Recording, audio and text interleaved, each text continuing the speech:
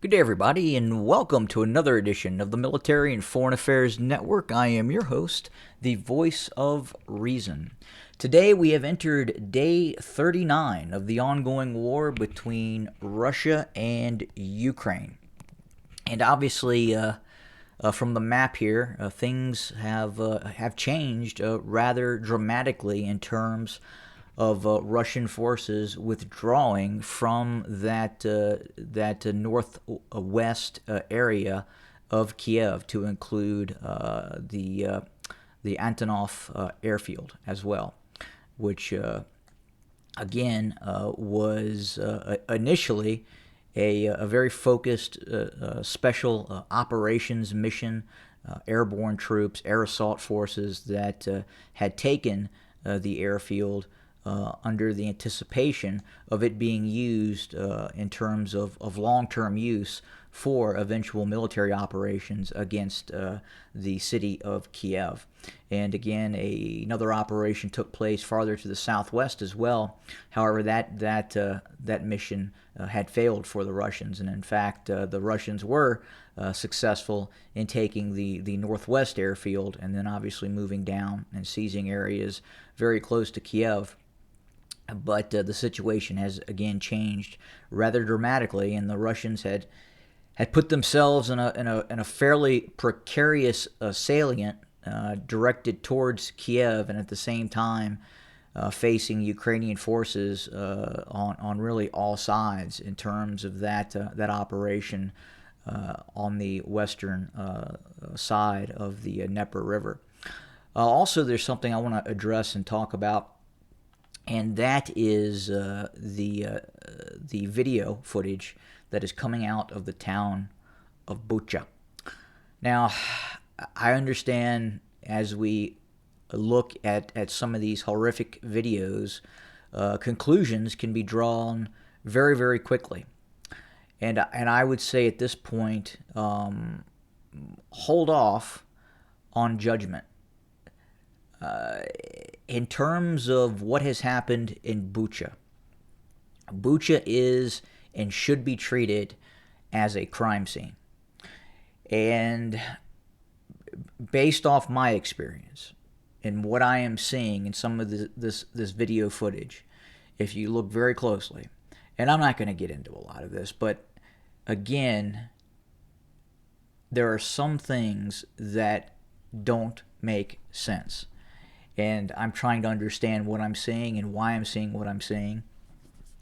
But again, we are in a horrific conflict right now in terms of Russia against Ukraine, Ukraine against Russia, and that is going to lead to things occurring that we would think at some point not humanly possible. And unfortunately, I think within the confines of this conflict, we are now seeing it, and especially in Bucha. So again, I would say I understand what Western media is saying, and I understand what those allegations are. And at some point, we may find that some of those allegations are truthful. On the other hand, again, please be careful in terms of what you are seeing and what you are hearing in terms of what happened in Bucha.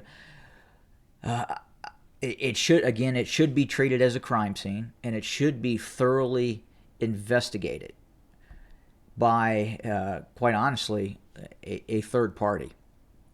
But unfortunately, that's probably not going to happen.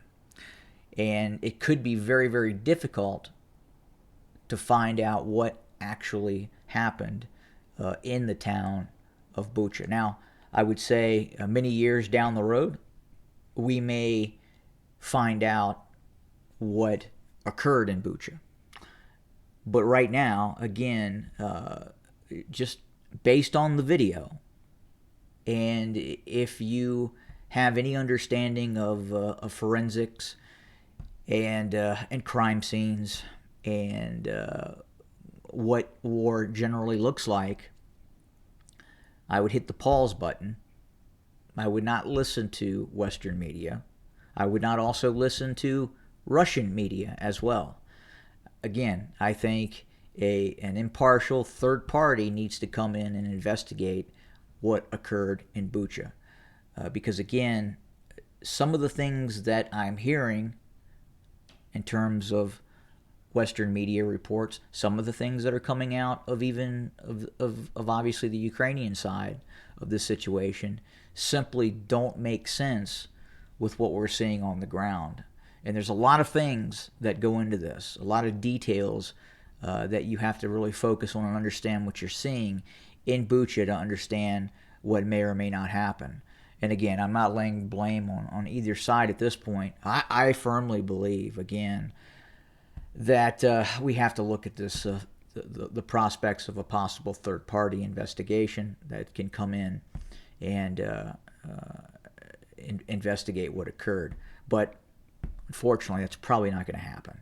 So again, this will continue to fester in what has happened, and we'll probably see other issues like this occur in other parts of the conflict. The gloves have come off in this war.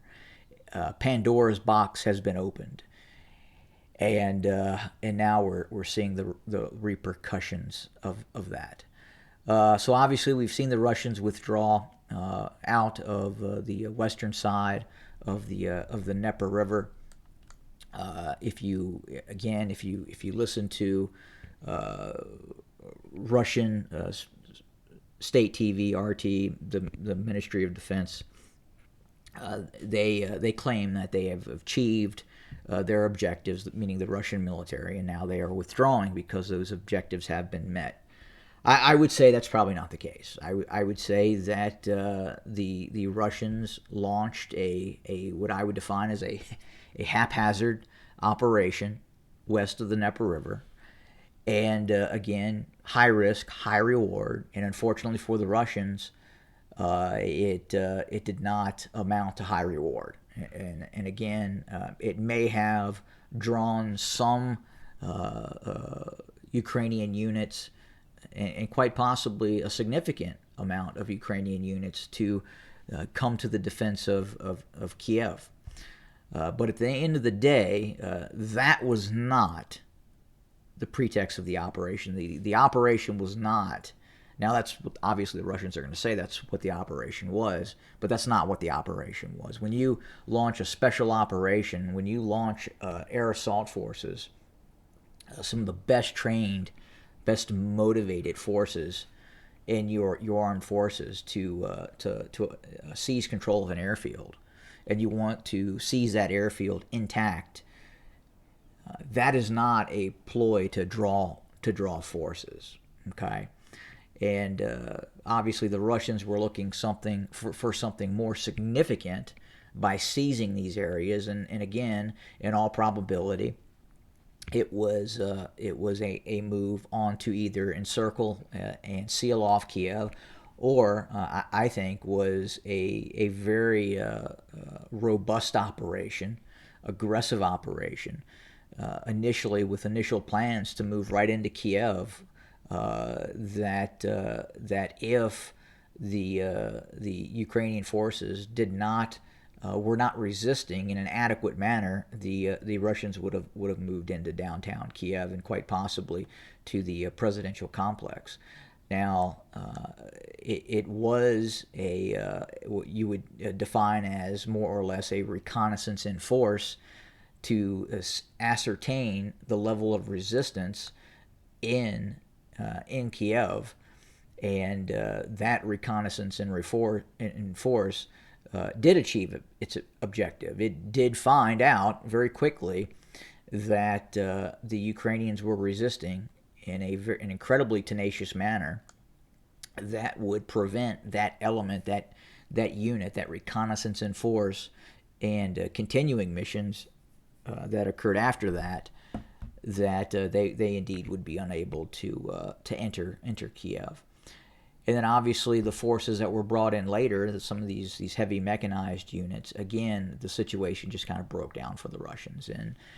And I don't believe there was probably enough time and preparation into this mission that was directed towards Kiev. Again, I think uh, initially the plan was for the Russians, at least, that hopefully the Ukrainians would not provide a lot of resistance, and they weren't willing to fight uh, in this area. And unfortunately for the Russians, the Ukrainians did fight, and the Russians were unable to break through, and they put themselves in an incredible precarious situation where they had created this salient to the northwest of Kiev, and we're kind of seeing the same thing to the east of Kiev now. And again, this is not an ideal situation for the Russians to be in. This is an incredibly again, it's just right now this salient that you see here is something that is not viable for the Russians, and they're going to have to correct this very very quickly. And that would mean reducing the Ukrainian forces to the north and linking up with Russian forces further to the north, getting rid of Ukrainian forces in this pocket here. But again, we've not seen that happen in some other operations. So again, this really needs to be the focus on what the Russians need to sort out and correct in this conflict. This is not going to serve much of a purpose for the Russians, and in all likelihood, we'll probably see the Russians pull back to a more manageable a bulge or salient, as it is called in military terms. But again, I'll quickly try to explain here for the layperson. Obviously, the Russians attempted to make a move towards Kiev. This area here is very prone to Ukrainian counterattack. So, in all probability, the main force construct of the Russians is to the western side of the salient, and the Russians are going to have to continue to shore up and defend this long bulge that they have created for themselves. And you have Ukrainians attacking from the south, you have Ukrainians attacking from the east, and you have Ukrainians again attacking from the north. So the priority for the Russians is going to be either A, reduce Ukrainian resistance in this area to the north of the salient near Chernihiv and other areas and make it more manageable. Or if they can't do that, they're going to have to back up and at some point have a close look at what they're actually trying to do. Because again, if right now if this was a focus on Kiev and Kiev is no longer a focus, then obviously this doesn't hold any merit of maintaining this bulge or salient. The Russians are going to have to pull back, refocus on the operations in the Donbass proper, Donetsk, Luhansk, and again Kharkiv. So the Russians at this point are going to have to pick and choose where they're going to win and where they feel that they have to strategically withdraw from. And I think at this point, I think they're going to have to look at again this bulge or salient to the east of Kiev, because again I don't think this is manageable. And again it highly doubtful the Russians will see success maintaining said lines that look like this.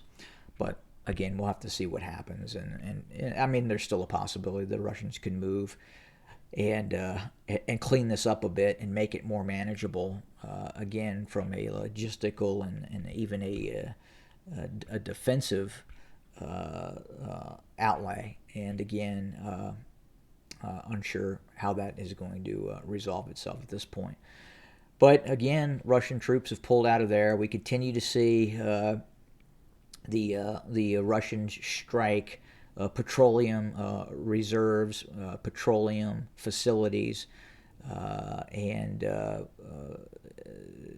things that make the Ukrainian war machine work. And we've seen recent strikes in Odessa, and obviously from yesterday we've seen more strikes on industrial towns with cruise missiles and other ballistic missiles and tactical aviation as well. And right now, I would say that what is going to right now probably define this war, excuse me, for the Russians is going to be its ability to use its tactical aircraft and have the ability to interdict Ukrainian forces that obviously are going to be redeployed from some of these areas near Kiev, and these forces are going to focus on the Russian offensive in the east. And is it going to be a issue where we start to see the Russians target bridges across the Dnieper River to prevent the Ukrainians from crossing? I think that's a possibility that we have to look at. And again, right now, I would say the Russians get a fairly low score in terms of utilizing its tactical aircraft for interdiction operations. We're continuing to see the Ukrainian forces maneuver in the field and again launch counterattacks and resist the Russian attack. And I think going into this conflict, I think a lot of outside observers believed that we would see the Russian Air Force seeing its Su-25s, its Hind gunships, its Su-24s, its Su-34s, being able to at least fairly effectively interdict Ukrainian convoys coming into the battle space. And unfortunately for the Russians, that has been challenging. We have not seen the Russian tactical air effort achieve what I would even say at this point is medium success. I would say it's the tactical aircraft in terms of interdicting Ukrainian supply convoys and large Ukrainian units on the move in Ukraine have been marginal. And at some point, they're going to have to get better at this. Obviously, the Russians have done a decent job at targeting fixed installations and obviously supply depots and what have you of the Ukrainian military. They seem to be fairly effective at that in terms of going after, again, fuel depots, ammunition depots, military bases, and what have you, especially with cruise missiles and Iskander ballistic missiles as well. But again, those interdiction missions that we observed, for instance, along the highway of death coming out of Kuwait and Iraq. We have not seen that kind of capability yet with the Russians in terms of doing it consistently and interdicting Ukrainian forces on the move. It would appear right now that the Ukrainians have the ability to move around Ukraine at their leisure, Ukrainian military units, and again don't seem to be particularly concerned with Russian interdiction efforts, and that should be a concern if you're obviously a supporter of the Russian efforts in Russian military. Compounding this is the continued supply efforts by NATO in the West to bring in supplies, weapons into Ukraine as well. And that was going to be something that the Russians were going to have to limit, and that has not happened. And as long as we're going to continue to see Poland, Romania, and obviously the United States, United Kingdom, continue to pump in these resources into Ukraine, it's going to be a very, very difficult continued endeavor for the Russians. And then also compounding that is the intelligence that's being provided by the West to Ukrainian forces as well. But that's the way it's looking for today. Again, we are seeing the Ukrainians continue to mount limited counterattacks. We've seen it in Mykolaiv. Obviously, where you see the blue arrows is where we have seen Ukrainian efforts to push back Russian lines. We've seen it again in a more limited capacity near Kharkiv. We've seen it near Sumy. And again, we've seen probably the most success near areas northwest of Kiev and northeast of Kiev. And again, back to Bucha. Again, please, I caution you on taking what you're hearing from CNN, from Fox News, from the host of Western media about what happened in Bucha. We have to wait and we have to understand what happened. Again, think in terms of a crime scene that has to be investigated, because we could at some point, going into the future, 2, 3, 4 years from now, find out something completely different actually happened in Bucha. So again, I would caution what may or may not have happened there. Again, we'll continue to monitor the situation and report. I would say right now, this is a very precarious situation for the Russians right now, especially this area to the northeast of Brovary. And again, this salient, if I was the Russian battlefield commander, obviously in charge of this area of operations, I would have I would have immense concerns about the positioning of my forces. But that's what we have for today. We'll continue to report on more information as we get it. Have a good day, everybody.